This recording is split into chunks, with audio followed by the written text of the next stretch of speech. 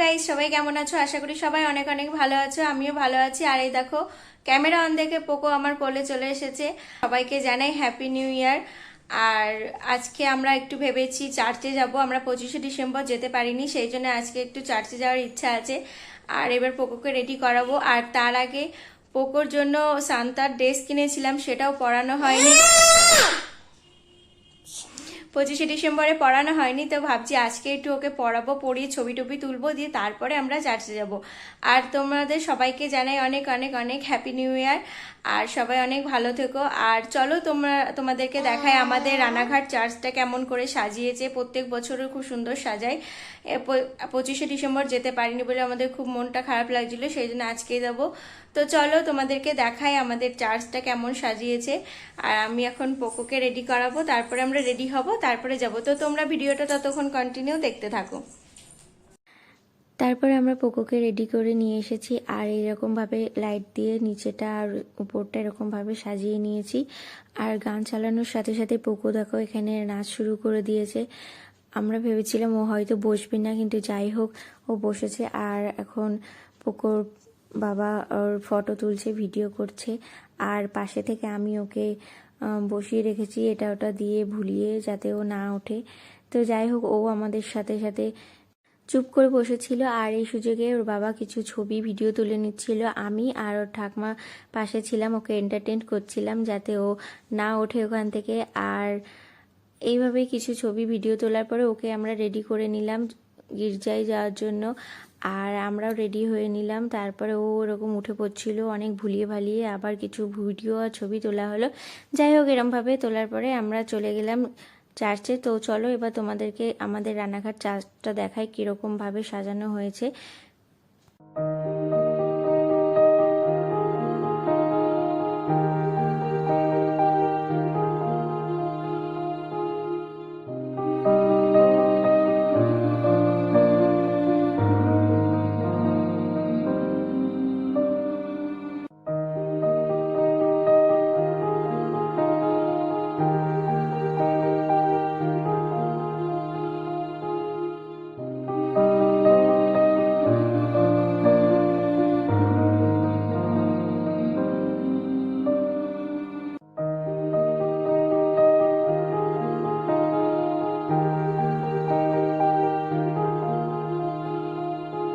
Finally আমরা চলে এসেছি চার্চে। আর আমরা একটু বিকাল বিকাল এসেছিলাম, যার জন্য ভিড়টা একটু কম ছিল, খুব ভালো করে দেখতে পারলাম।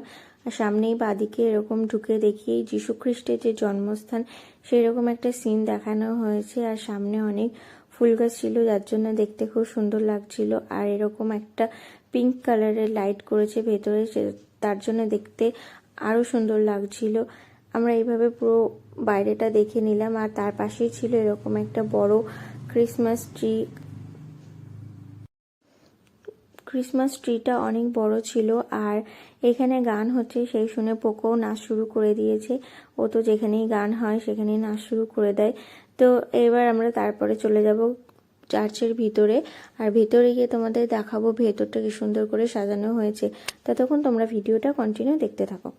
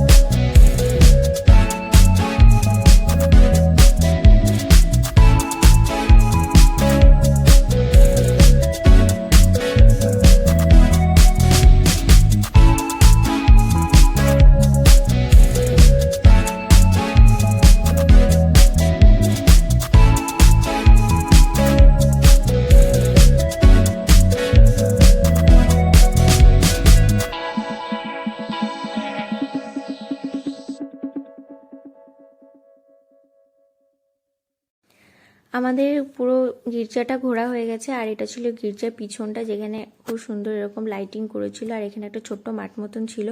আমাদের ঘোরা কমপ্লিট হয়ে গেছে। তারপর আমরা চলে আসলাম গির্জার উল্টো দিকে, যেখানে মেলা হয় সেখানে। আর সেখানে এসে দেখি এরকম ছোট্ট খুব সুন্দর একটা প্যান্ডেল করেছে, যেটা দেখতে খুব সুন্দর লাগছিল। আর এখানে মাইক চলছিল খুব জোরে জোরে, যার জন্য পোকো দাঁড়ালো না, আমাকে নিয়ে চলে আসলো। আমি ভালো করে দেখতেই পারলাম না। আর এখানে বসেছিল অনেক বড় একটা মেলা। আমরা এইরকমভাবে পুরো মেলাটাও ঘুরলাম, আর বেশি দেরি করলাম না, যেহেতু পোকো অনেক ছোট আর ঠান্ডা লেগে যাবে, সেই জন্য আমরা এরকমভাবে একটু ঘুরে চলে আসলাম। আর তোমাদের পুরো ভিডিওটা দেখালাম, চার্চটা, আমাদের রানাঘাট চার্চটা। তো তোমাদের ভিডিওটা দেখে কেমন লাগলো অবশ্যই কমেন্টে জানিও। আর যারা এখনও চ্যানেলটিকে সাবস্ক্রাইব করনি তারা তাড়াতাড়ি করে দিও। টাটা।